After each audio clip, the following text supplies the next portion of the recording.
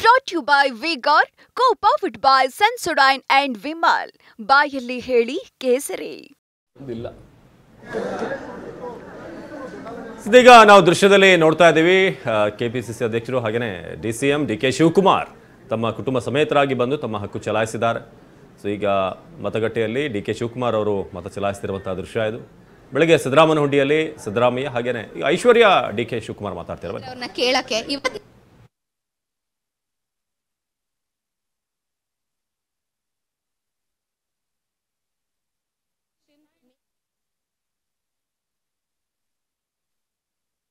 I think it's very important to come out and vote because whatever the heat is today and however the climatic action make a difference tomorrow, it's very important that we cast a responsibility today so that we have the right to question someone tomorrow because they might be policy makers. But if I don't take the choice to come out today in the heat or whatever it is, because even when our health goes wrong, whatever the heat is outside, we go out and make sure we take care of our health, right? So it's not about the self today, it's true. ಯಾಕೆಂದ್ರೆ ದೊಡ್ಡವರು ವಯಸ್ಸಾಗ್ತಾ ಹೋಗ್ತಾ ಇದ್ದಾರೆ. ನಾವು ಇವತ್ತು Young India ಬಗ್ಗೆ ಮಾತಾಡ್ತೀವಿ. India 25 to 35 ಅಲ್ಲಿ 60% of the population ಇದೆ ಅಂತ ಮಾತಾಡ್ತೀನಿ.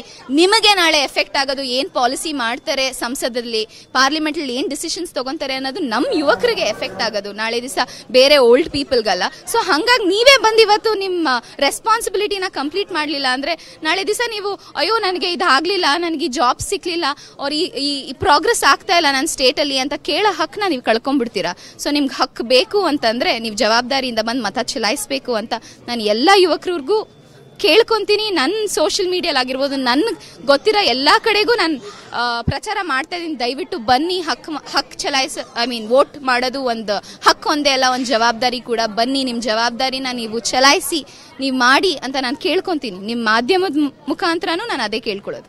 ಡಿ ಕೆ ಸುರೇಶ್ ಕುಮಾರ್ ಅವರಿಗೆ ಯಾಕೆ ವೋಟ್ ಹಾಕಬೇಕು ಅಂತ?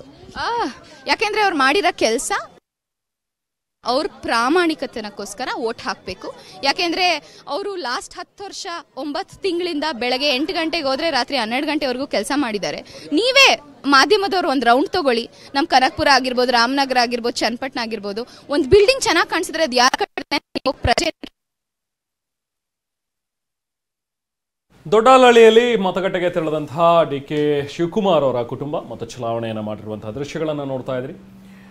ಸೊ ಇವತ್ತು ಕುಟುಂಬ ಸಮೇತರಾಗಿ ಆಗಮಿಸಿದಂತಹ ಡಿ ಕೆ ಶಿವಕುಮಾರ್ ಅವರ ಪತ್ನಿ ಉಷಾ ಶಿವಕುಮಾರ್ ಅವರು ಕೂಡ ಮತ ಚಲಾವಣೆಯನ್ನು ಮಾಡಿದ್ದಾರೆ. ಇನ್ನು ಅವರ ಪುತ್ರಿ ಐಶ್ವರ್ಯ ಅವರು ಕೂಡ ಮಾತನಾಡ್ತಾ ಹೇಳ್ತಾ ಇದ್ರು, ಇವತ್ತು ಬಿಸಿಲಿದೆ ಅಂತ ಹೇಳಿಬಿಟ್ಟು ನಾವು ಮನೇಲಿ ಕೂರೋದಲ್ಲ, ಇವತ್ತಿನ ಒಂದು ಬಿಸಿಲು ಎಷ್ಟು ಇದೆ ಅದು ನಾಳೆ ಹೇಗಿರುತ್ತೆ ವಾತಾವರಣ ಅನ್ನುವಂಥದ್ದನ್ನು ಹೇಗೆ ನಿರ್ಧಾರ ಮಾಡುತ್ತೋ ಅದೇ ರೀತಿ ಇವತ್ತು ನಮಗೆ ಸಿಕ್ಕಿರುವಂಥ ಈ ಅವಕಾಶ, ನಾವಿವತ್ತು ಯಾರನ್ನ ಆಯ್ಕೆ ಮಾಡ್ತೀವಿ ಅನ್ನುವಂಥ ಒಂದು ನಿರ್ಧಾರ ಏನಿದೆಯಲ್ಲ ಅದು ನಮ್ಮ ಮುಂದಿನ ನಾಳೆಗಳನ್ನು ಅದು ತೀರ್ಮಾನ ಮಾಡುತ್ತೆ. ಸೊ ಹಾಗಾಗಿ ನಾವೆಲ್ಲರೂ ಕೂಡ ಜವಾಬ್ದಾರಿಯುತವಾಗಿ ಮತ ಚಲಾವಣೆಯನ್ನು ಮಾಡಬೇಕು. ಮೊದಲು ಹಕ್ಕು ಚಲಾವಣೆಯನ್ನು ಮಾಡಲೇಬೇಕು, ಮತದಾನವನ್ನು ಮಾಡಲೇಬೇಕು. ನಾವು ಅದರಲ್ಲೂ ಕೂಡ ಜವಾಬ್ದಾರಿಯುತವಾಗಿ ಯಾರು ಸೂಕ್ತ ಅಭ್ಯರ್ಥಿ ಇದ್ದಾರೆ, ನಾವು ಮುಂದೆ ಭವಿಷ್ಯದಲ್ಲಿ ಈಗ ನಮ್ಮ ದೇಶವನ್ನು ಯಾರ ಕೈಗೆ ಕೊಡ್ತಾ ಇದ್ದೀವಿ, ನಮ್ಮ ಕ್ಷೇತ್ರವನ್ನು ಯಾರ ಕೈಗೆ ಕೊಡ್ತಾ ಇದ್ದೀವಿ, ಯಾರು ನಮ್ಮ ಕ್ಷೇತ್ರಕ್ಕೆ ಅಭಿವೃದ್ಧಿಯನ್ನು ತರ್ತಾರೆ, ಅದನ್ನೆಲ್ಲವನ್ನೂ ಕೂಡ ನೋಡಿ ಸೂಕ್ತ ಅಭ್ಯರ್ಥಿಗೆ ನಾವು ಮತ ಚಲಾವಣೆಯನ್ನು ಮಾಡಬೇಕು ಅನ್ನುವಂಥದ್ದು ಅಷ್ಟೇ ಸತ್ಯ.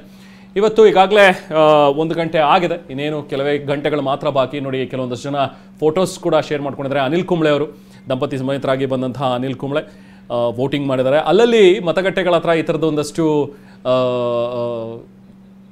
ಫ್ರೇಮ್ಗಳನ್ನು ಇಟ್ಟಿದ್ದಾರೆ, ಅಲ್ಲಿ ಹೋಗಿ ವೋಟ್ ಮಾಡಿ ಫೋಟೋ ತೆಗೆಸ್ಕೊಳ್ಳುವಂಥದ್ದು. ಇನ್ನೊಂದು ಕಡೆ ನೋಡಿ, ಇದೊಂದು ವಿಶೇಷ, ಮಾಂಗಲ್ಯ ಧಾರಣೆ ಆಯಿತು ಇವತ್ತು.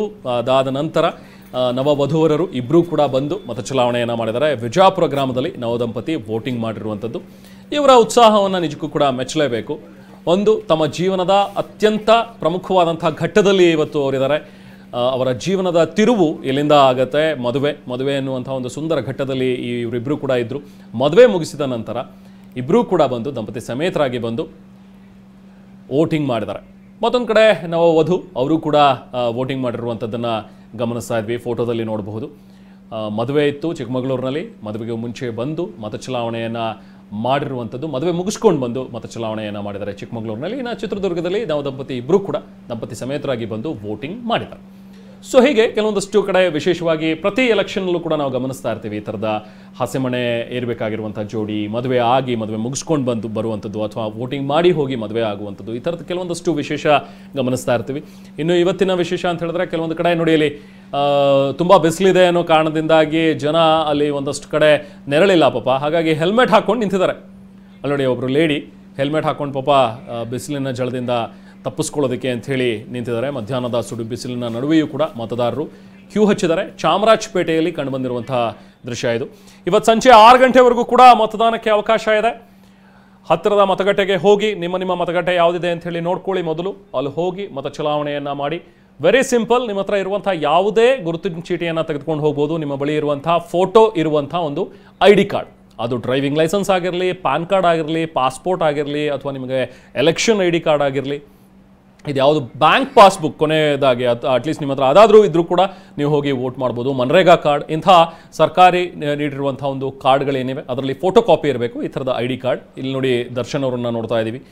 ನಟ ದರ್ಶನ್ ದಂಪತಿ ಸಮೇತರಾಗಿ ಇವತ್ತು ಹೋಗಿ, ವಿಜಯಲಕ್ಷ್ಮಿ ಅವರು ಕೂಡ ಇದ್ದಾರೆ, ಮತ ಚಲಾವಣೆಯನ್ನು ಮಾಡಿದ್ದಾರೆ. ಮೌಂಟ್ ಕಾರ್ಮೆಲ್ ಶಾಲೆಯಲ್ಲಿ ಮತಗಟ್ಟೆ ಏನಿದೆ ಅಲ್ಲಿಗೆ ಹೋಗೋಂಥ ದರ್ಶನ್ ಅವರು ಮತ ಚಲಾವಣೆಯನ್ನು ಮಾಡಿದ್ದಾರೆ. ಇನ್ನೊಂದು ಕಡೆ ಅನಿಲ್ ಕುಂಬ್ಳೆ ಅವರು ನೋಡ್ತಾ ಇದ್ದೀವಿ. ಅನಿಲ್ ಕುಂಬ್ಳೆ ಅವರು ಮತ ಚಲಾವಣೆಯನ್ನು ಮಾಡಿ ಒಂದು ಫೋಟೋ ಶೇರ್ ಮಾಡಿದ್ದಾರೆ. ಇನ್ನೊಂದು ಕಡೆ ಅರುಣ್ ಯೋಗಿರಾಜ್ ಶಿಲ್ಪಿ ಅವರು ಕೂಡ ಕುಟುಂಬ ಸಮೇತರಾಗಿ ಹೋಗಿ ಮತ ಚಲಾವಣೆಯನ್ನು ಮಾಡಿದ್ದಾರೆ.